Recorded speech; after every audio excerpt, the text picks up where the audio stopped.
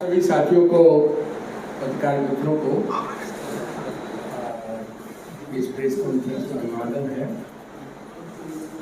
अभी बिहार में भयानक बाढ़ आई हुई है और नीतीश जी के शासन में दूसरी बार कोसी का तटबंध टूटा है। 2008 में कुशहा में भारी त्रासदी हुई थी और इस बार कोसी का पश्चिमी तटबंध दरभंगा जिला के किरतपुर में टूटा है, जिसमें सैकड़ों गांव प्रभावित हुए हैं, लाखों की आबादी प्रभावित हुई है। प्रशासन नाम की कोई चीज़ नहीं रही है और इधर वाल्मीकि नगर में भी, बागमती में भी काफ़ी तेज़ी से पानी बढ़ा है। सैकड़ों गांव उसके प्रभाव में है। बड़ी संख्या में तटबंध टूटे हैं और जिस तरह से पुल टूट रहे थे उसी तरह से इस बार तटबंध टूटा है, क्योंकि बाढ़ पूर्व सरकार की कोई तैयारी नहीं थी। सरकार मस्त है, डबल इंजन की सरकार जनता के प्रति उत्तरदायी नहीं है और अपनी दुनिया में मस्त है। इसलिए बाढ़ की भारी तबाही बिहार के लोगों को झेलना पड़ रहा है और बाढ़ की तबाही के बीच हमारी टीम वहाँ गई थी और पूरे बिहार में, खासकर उत्तर बिहार में आयशा आरवाई की ओर से, दरभंगा जिला कमेटी की ओर से भी एक राहत अभियान चलाया जा रहा है। और आज अभी दीपांकर जी के नेतृत्व में हम लोगों की पार्टी की एक टीम बागमती के इलाका होते हुए कोसी के इलाका तक जाएगी और दीपांकर जी खुद जहां कटाव हुआ है, जहां भारी तबाही हुई है कोसी में, वहां भी जाएंगे और बागमती के इलाके में जो तबाही है उसको भी देखेंगे। तो ये एक बाढ़ को लेकर के हमारी पार्टी की अभी राज्य स्थायी समिति की बैठक हुई है और उसमें ये फैसला हुआ है कि हम लोग ज़मीनी स्तर पर भी राहत अभियान चला रहे हैं, उसको और मजबूती से चलाएंगे और सरकार की आपराधिक लापरवाही की वजह से कोसी जैसी नदी का तटबंध टूटना, क्योंकि कोसी पश्चिम की ओर मुड़ रही है और कोसी यदि पश्चिम की ओर आ गई तो पूरे मिथिलांचल के लिए भारी तबाही सामने आएगा। तो इसको हम लोगों ने सीरियसली लिया है और इसको सरकार को इस मुद्दे पर हम लोग घेरने का योजना भी बना रहे हैं। तो यही बात थी और अभी राज्य स्थायी समिति की बैठक से बिहार में पार्टी ने एक बड़ी यात्रा का कार्यक्रम लिया है। हमारी पार्टी के राज्य सचिव कमरेड कुणाल जी आपके बीच में इस बात को रखेंगे।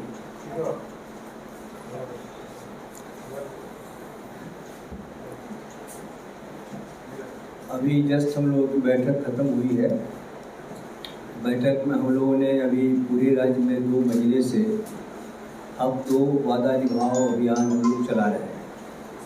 इसके तहत हम लोगों ने जो सरकार ने 2 लाख रुपया तमाम बिहार के गरीबों को बिहार लघु उद्यमी योजना के तहत देने का घोषणा सरकार ने की है।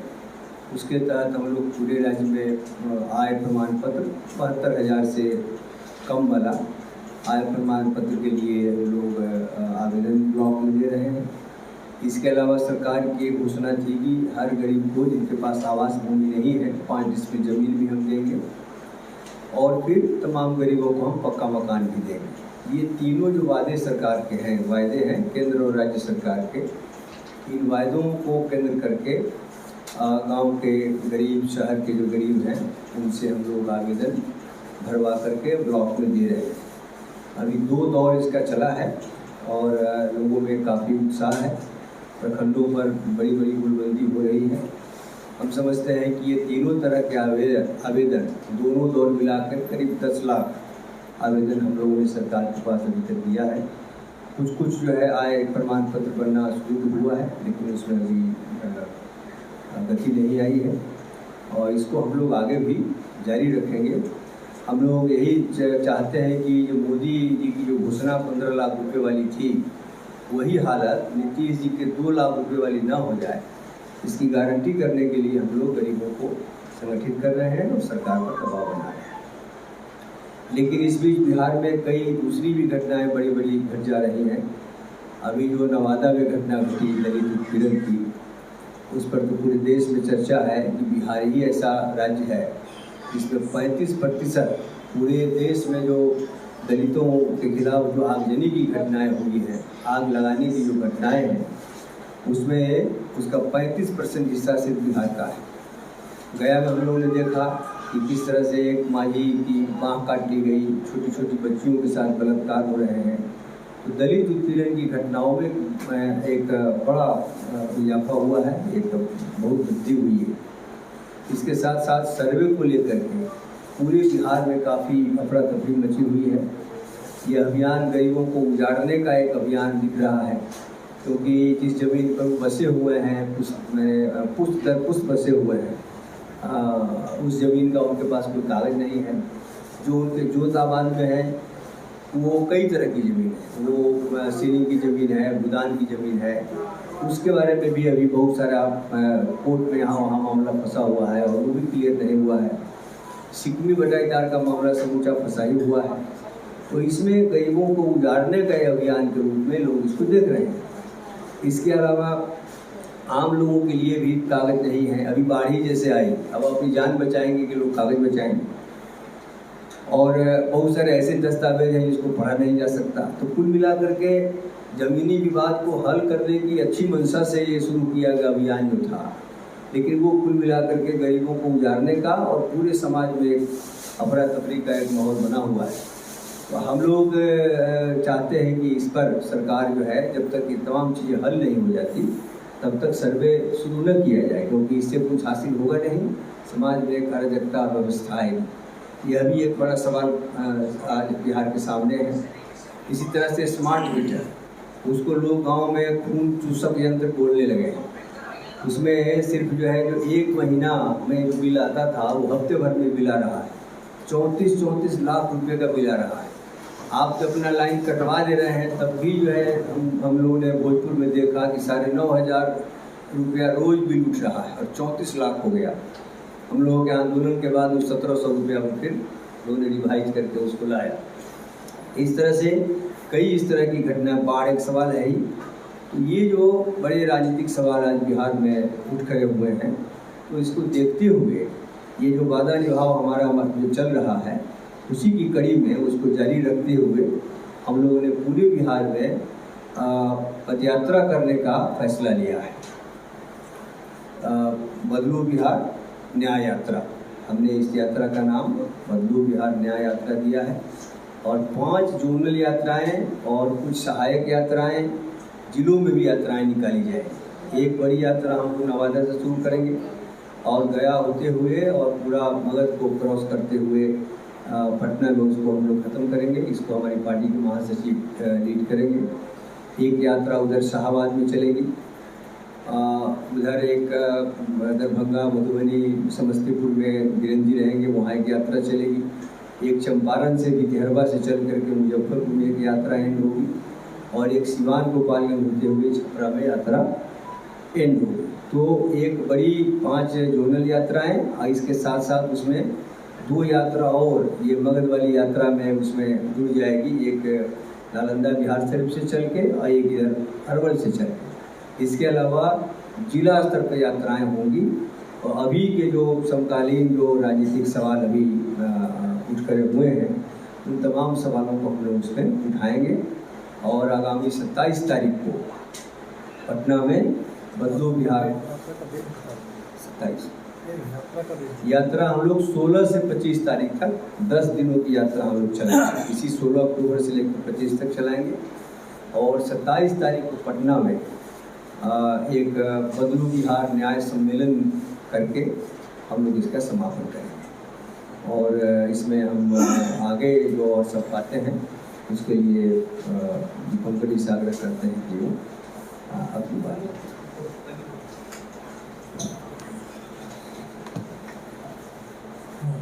मूल बात तो अभी यही है इस यात्रा को लेकर के। वैसे आज चुनाव चल रहा है, जो पहले दौर के 2 चुनाव कश्मीर और हरियाणा ये ख़त्म हो रहा है और 8 को रिज़ल्ट आएगा। उम्मीद करते हैं कि इस चुनाव में भी जैसे 2024 की जो दिशा रही है भारतीय जनता पार्टी के खिलाफ, तो बिल्कुल वैसा ही आक्रोश हरियाणा में भी दिखा और कश्मीर में तो राज्य के दर्जे के सवाल पर जबरदस्त लोगों में आक्रोश रहा है, उसका भी प्रतिफलन चुनाव में दिखेगा। और इसके बाद झारखंड और महाराष्ट्र का नंबर आएगा और लोग झारखंड चुनाव की भी तैयारी कर रहे हैं। लेकिन फिलहाल जो बड़ा कार्यक्रम बिहार के लिए हम लोगों ने तय किया है, बदलो बिहार नया यात्रा। हम देख रहे हैं कि नीतीश सरकार भी केंद्र की मोदी सरकार की तरह बिल्कुल लूट और झूठ की सरकार साबित हो रही है। जबरदस्त लूट है, वो जो पुल टूट रहा है उसके पीछे भी लूट है, ये जो तटबंध टूट रहा है इसके पीछे भी लूट और लापरवाही है। तो विकास के नाम पर तो लूट और जनता को गुमराह करने के लिए सरासर झूठ, जिसको लेकर हम लोग आंदोलन चला रहे हैं, अभियान चला रहे हैं, हक दो वादा निभाओ, वो नीतीश जी की अपनी घोषणा थी। उन्होंने खुद, सरकार ने सर्वे कराया, सर्वे करके सरकार ने बताया कि 94 लाख परिवार हैं 6000 से नीचे आमदनी वाले और उनको हम 2 लाख देंगे। और अभी हम जो देख रहे हैं कि सरकार का मंशा है कि ना देना पड़े। अब उसमें पहले हो गया कि आय का प्रमाण पत्र बनाओ, प्रमाण पत्र बन रहा था 1-1 लाख का, जिसमें उनको मिलता ही नहीं। हमारे आंदोलन से कुछ आय प्रमाण पत्र बनने लगा है, लेकिन जो रफ्तार है पैसा देने की, अभी तो शायद अगले फरवरी में कुछ लोगों को लगता है लॉटरी के जरिए कुछ तय होता है। अभी तो 2 लाख का आवेदन जमा था सरकार के पास और उसमें भी शायद 40,000 लोगों को पहली किस्त कुछ मिल पाया। तो जिस रफ्तार से इस पर काम हो रहा है वैसे उसमें 200-300 साल लग जाएंगे। ये 2 लाख की जो घोषणा है, एक तो बिल्कुल हम चाहते हैं कि नीतीश जी ने जो विधानसभा में कहा, पूरी जनता से उन्होंने वादा किया, वो वादा पूरा हो। दूसरा, जैसे अभी स्मार्ट मीटर को ही लेकर के आप देख लीजिए, आज अखबारों में बड़ा बड़ा विज्ञापन छपा है सरकार की ओर से कि हमने बिजली पर इतनी सब्सिडी हमने दे दी। वो कह रहे हैं कि हमने बिजली की दर कम कर दी। अब पूरे बिहार में लोग त्राही त्राही कर रहे हैं कि भाई स्मार्ट मीटर का जो पूरा हमला, जिस तरह के बिल आ रहा है लोगों के पास, जो बिल 1 महीने में आता था वो 1 हफ्ते में आ जा रहा है, वो पैसा पहले आपसे ले लिया जा रहा है, और अगर पैसा नहीं जमा हुआ तो मीटर से आपकी बिजली कट जाएगी। तो पूरे लोग परेशान हैं और नीतीश जी की सरकार बिल्कुल झूठ में मस्त है कि हम रेट कम कर दिए हैं। इसी तरह जो भूमि सर्वे, हम देख रहे हैं कि भूमि सर्वे में कह रहे हैं कि ऐतिहासिक कदम, ऐसा एक सर्वे होगा कि बिहार में सारा भूमि विवाद समाप्त हो जाएगा। और भूमि विवाद को समाप्त करने के नाम पर नए सिरे से भूमि विवाद पैदा किया जा रहा है, भूमि संकट पैदा किया जा रहा है।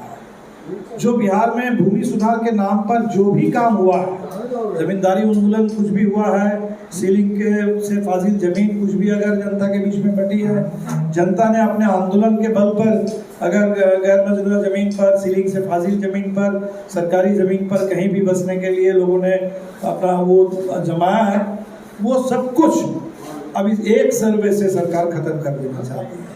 तो बिल्कुल ये गरीबों के आशंका है कि जो याद सर्वे है, सबसे पहले गरीबों को उजाला जाएगा और बाकी तो अन्य लोगों के बीच में भी जमीन के सवाल पर झगड़े लगेंगे।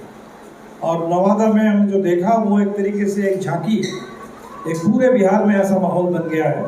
इसीलिए हम चाहते हैं कि इस पर रोक लगे। पहला जो काम पहले करना चाहिए उसको पहले करो। पहले जमीन की गारंटी करो, गरीब जहाँ बसे हुए हैं उस जमीन की गारंटी करो। जिस जमीन का अगर पर्चा मिला है लेकिन जमीन का कब्जा नहीं मिला है वो कब्जा दिलाओ। और पूरे तमाम लोग जिनको आप कहते हैं कि अनऑथराइज्ड, उसको ऑथराइज करो, रेगुलराइज करो। फिर आगे चल के मान ली तैयारी के बाद सर्वे का काम शुरू हो सकता है। तो गरीब को जब तक गारंटी नहीं तब तक बिहार में सर्वे नहीं। भूमि सर्वे गरीबों की गारंटी के साथ उनके बास आबास की ज़मीन वो ज़मीन की गारंटी के साथ ही होगा। और नीतीश जी जो कह रहे हैं कि इससे भूमि सुधार होगा, तो भूमि सुधार तो करना था, तब तो बंदोपध्याय आयोग की रिपोर्ट ही थी नीतीश जी के पास, उस रिपोर्ट को तो अपने ठंडे बस्ते में डाल दिया। तो आपका भूमि सुधार करने का इरादा नहीं है, आपका जो इरादा है वो गरीबों को बिहार में ज़मीन से उजाड़ करके आप ज़मीन का लैंड बैंक बना करके कॉरपोरेट के हाथ में ज़मीन देना, और इसी को आप कहते हैं कि विकास।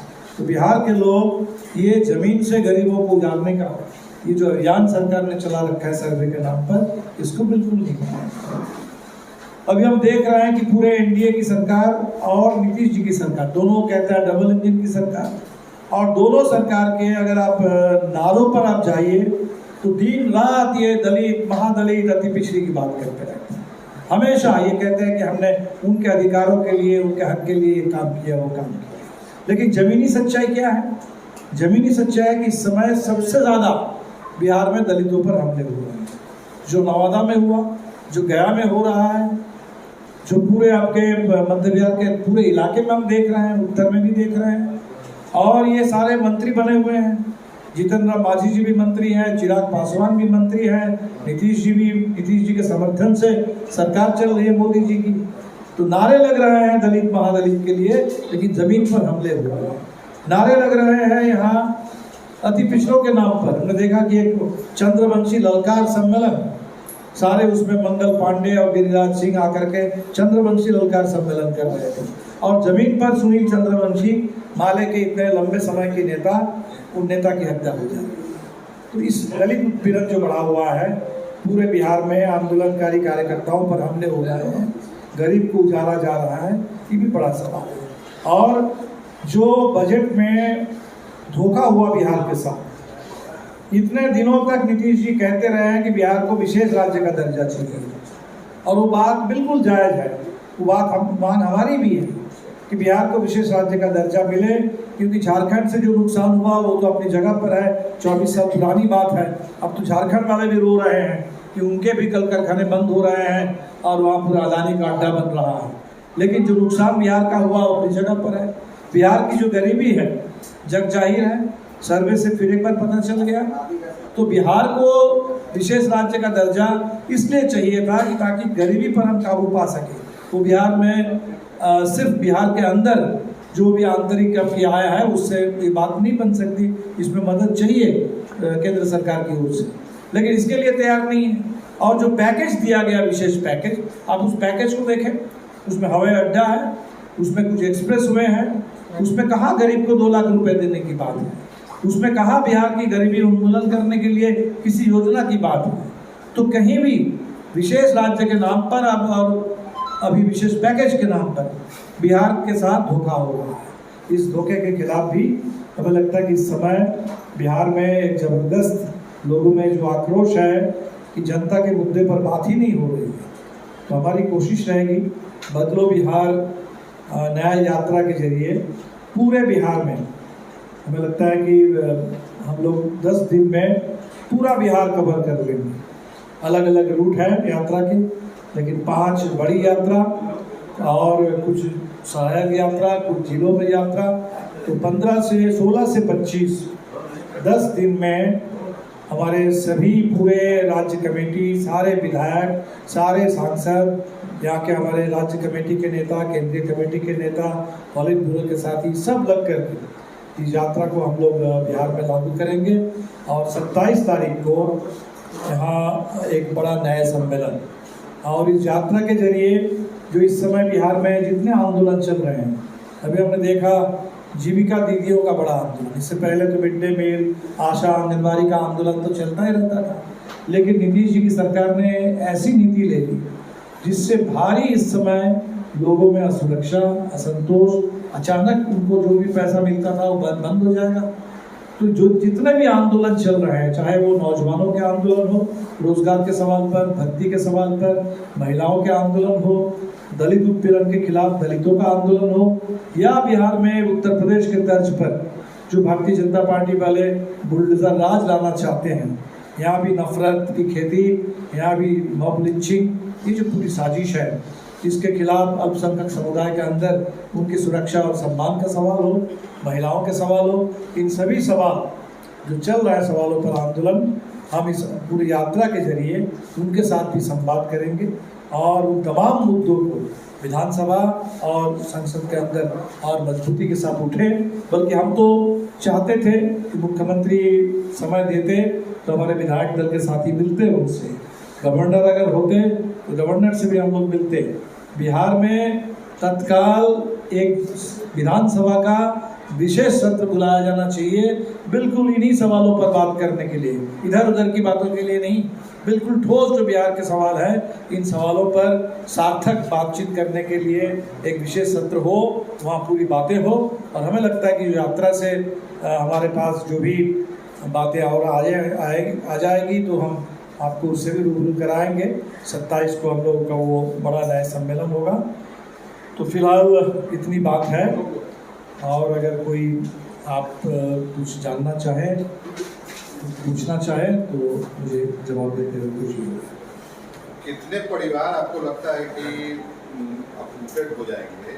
ये जो सर्वे है उससे गरीब का जो आप बता रहे हैं कि उनके पास कागज नहीं है, उनके पास, अब आप देख लीजिए जो सरकार का ही सर्वे है, उस सर्वे को आप देख लीजिए, सोशियो इकोनॉमिक सर्वे में, उसमें भी तो पता आपको चल जाएगा। हमने भी एक सर्वे किया था कि कितने लोगों के पास अपना घर नहीं है, अपनी ज़मीन नहीं है, लेकिन किसी तरह लोग बसे हुए हैं। तो ये संख्या हमें लगता है कि जो 94 लाख परिवार की बात है, 6000 से कम आमदनी वाले, लगभग वही संख्या होगी जो ज़मीन के मामले में भी बिल्कुल असुरक्षित है। तो कम से कम हमें लगता है कि ये बिहार के 1 करोड़ परिवार बिल्कुल ये इसके, तो उनके लिए उनकी नज़र में ये भूमि सर्वे जो है ये एक तरह से बेदखली की तलवार है। बेदखली की तलवार लटक रही है बिहार के तमाम गरीबों की ऊपर, और सरकार सिर्फ कह रहे हैं कि हम रिकॉर्ड ठीक कर लेंगे, दुरुस्त कर लेंगे।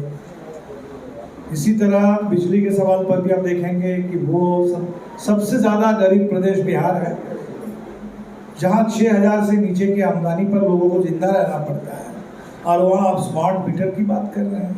तो स्मार्ट मीटर से मजाक शुरू हो गया है, कुछ भी बिल आ जाता है लोगों के पास। तो स्मार्ट मीटर थोपा क्यों जाएगा? अगर कुछ लोग अगर चाहते हैं कि उनके पास स्मार्ट मीटर उनके घर पे लगे तो ठीक है, स्मार्ट लगे, लेकिन जो लोग नहीं चाहते हैं उनके ऊपर स्मार्ट मीटर अब क्यों थोपेंगे?